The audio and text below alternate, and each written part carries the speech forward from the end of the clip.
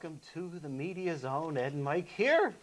Ed and Mike with you, hanging out on a cold February 3rd day. You were a little chilly last time, so I I'm see prepared now. you're bundled up with, the Steelers? Oh, I got my Steelers thing on, Ed. Now, that was a couple days ago, the big Super Bowl. Yeah. Boy, I hope we won. We all know the Steelers won. Oh, that positive thinking. It is. You know what they have during the Super Bowl this year? And hi, we're going to talk about some movies tonight and give away some movie tickets and all the usual fun. We're going to have a little snack from the Dunkin' Donuts. Mitch, I'll tell you what. Oh, no. No multi-grain. No everything. They did have a fair amount of donuts there, though. They did? Yeah. At a later time. But I'll tell you, no bagels to be had. And I'll tell you, woo-hoo. That's rare, because usually that's all they have at this hour, later on at night. Mm. Well, the Super Bowl was in 3D. Now, maybe you want to take these if you think you're... Really?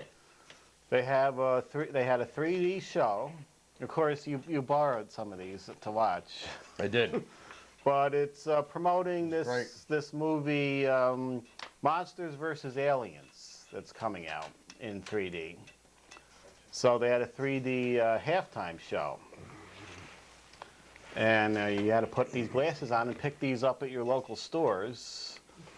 I got this at Price Chopper. They had these. Now, what's that? Just like halftime or something? Halftime. Oh, yeah. They're going to do this, and we're going to have Bruce on singing also. They had and speaking of 3D, let's see where I have these here.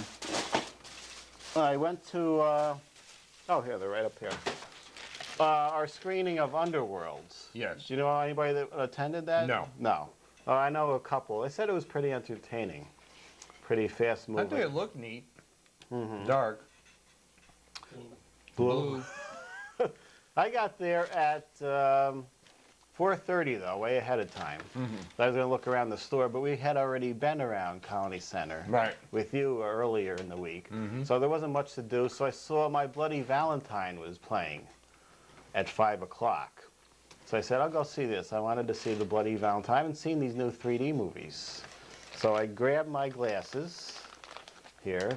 And these are good. That's what they gave you? These are the 3D glasses. They're nice. They're polarized. They're gray. They're not those red and blue things. And you put these on and you look like this during the whole movie. Oh my God. Everybody have them on? Everybody had their glasses on. And they did Everybody looked like Ray Charles. they had a they had a 3D trailer for Coraline, which we're doing in a few minutes. Oh. And I'll tell you, remember we did the Bloody Valentine, we went over that, and there was graphic nudity was mentioned Yeah. in the title. Graphic nudity, I found out, is a fully nude woman running around for 10 minutes. Was she trying to escape somebody? She's in a motel room with a man, Right. and she finds out... As it often happens at late night. Right, at a motel, though. Mm. At a cheesy motel. And Yeah, well, that's where it happens. yeah, he's a truck driver. If you ply him with enough booze, Ed. Right, I think that's what happened. And she finds out he was videotaping the... And you give him a different name. I find that works. Ed. A different name and an occupation. Well, that happened here, too, because later on when they're investigating the crime, they go over the books, and they said most of these people aren't using their John real names. Smith. Yeah. So she finds out he was taping the whole thing, and he leaves the room, and she follows him in full nudity. Apparently there's no robes at this hotel. Mm. So she's chasing him through the parking lot, full nudity. Huh. She doesn't care. She wants to get the tape back. And of course, the man is axed and starts running after her. She goes back to the motel room, and she's, of course, hiding under the bed and the closets and everything. Well, she's very shy. She wants the sex tape back, but yet she'll run around naked among strangers. That's right. Of course, when you start, I didn't think of that at the time, but there is some logic and holes in the plot here. Right, yeah. But boy, there was some good 3D. Really? This new real D process here. Did you actually jump back or anything? Or? I did jump a few times. Not so much from things coming out as the music cues, which were extra loud in certain parts. But there's, I guess you got the cream cheese on your bagel.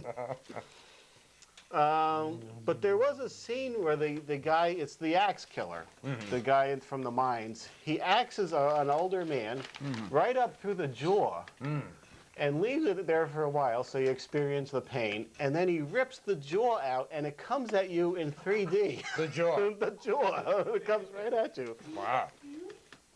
So I recommend this Bloody Valentine. It's, it did get 3.5 stars from some reviewer. And surprisingly, it did have a mysterious and a good plot. You weren't sure who the killer was until the very end. It was killing everybody in these very graphic ways. Very bloody. So let's take a look at our first film tonight, which is Coraline, also showing in this 3D process. Oh, really? Yes. Oh, it's a kiddie. Starring Dakota Fanning and Terry Hatcher. From Henry Selick, visionary director of The Nightmare Before Christmas, comes a spectacular stop-motion animated adventure, the first to be originally filmed in 3D. Coraline Jones is bored in her new home until she finds a secret door and discovers an alternate version of her life on the other side. On the surface, this parallel reality is eerily similar to her real life and the people in it only much better. But when the seemingly perfect... She's on the E, Ed. What's that? She's on the E. Ecstasy? Yeah. But when this perfect world turns dangerous and her other parents try to trap her forever, Coraline must count on her resourcefulness, determination, and bravery to escape this perilous world. She gets dehydrated and has a stroke. Is that what happens? Yep. Oh, no.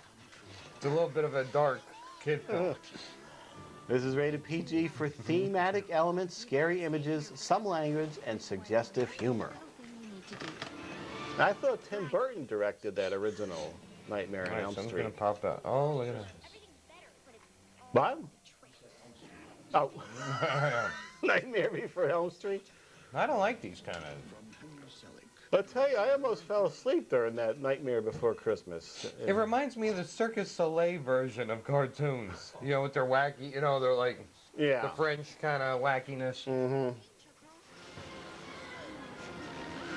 Well, there you have it.